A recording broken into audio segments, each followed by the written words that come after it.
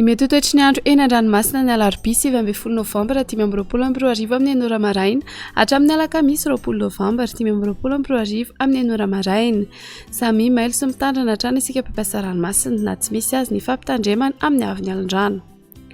Ho an'ny morontsiraka Atsinana ny tanjona bobaomby hatrany amin'ny tanjona Angotsy anorana malefaka indraindray ho avy avaratra andrivotra amin'ny ankapobeny ka ho folo hatramin'ny 20 km isan'ora, hatratra 30 km isan'ora indraindray. Adiny mpanonja ny ranomasina avo ny onja andidina ny 1 metatra.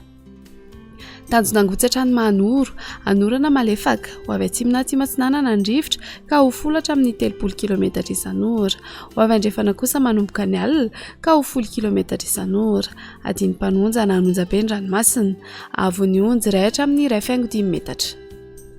Mahanoratra ny Taolagnaro anorana tandrifin-drahona ho avy atsimo na atsimo Atsinanana andrivotra ka ho folo hatramin'ny 20 km isan'ora, hatratra 30 km isan'ora ny any atsimo ny farafangana. Anonja-be na hery ny ranomasina avo ny onja 1,5 hatramin'ny 2,5 metatra, hatratra 3 metatra any amin'ny tapany atsimo isy alin-drano avy atsimo Atsinanana. Taolagnaro hatrany amin'ny tanjona Vohimena anorana tandrifin-drahona ho avy atsimo Atsinanana andrivotra ka ho 20 hatramin'ny 30 km isan'ora. Anonja-be na hery ny ranomasina avo ny onja 2 hatramin'ny 3 metatra noho ny alin-drano avy atsimo Atsinanana.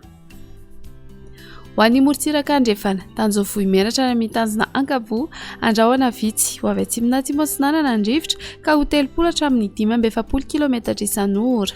Anonja-be na hery ny ranomasina avo ny onja 2 hatramin'ny 2,5 metatra, hatratra 3 metatra any amin'ny tapany atsimo noho ny alin-drano avy atsimo.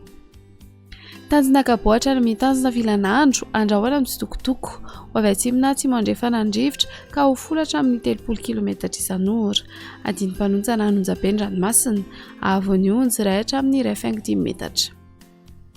Tanjona Vilanandro hatrany Analalava anorana tandrifin-drahona ny Voamaraina ho avy andrefana na avaratra andrefana andrivotra ka ho folo hatramin'ny 20 km isan'ora.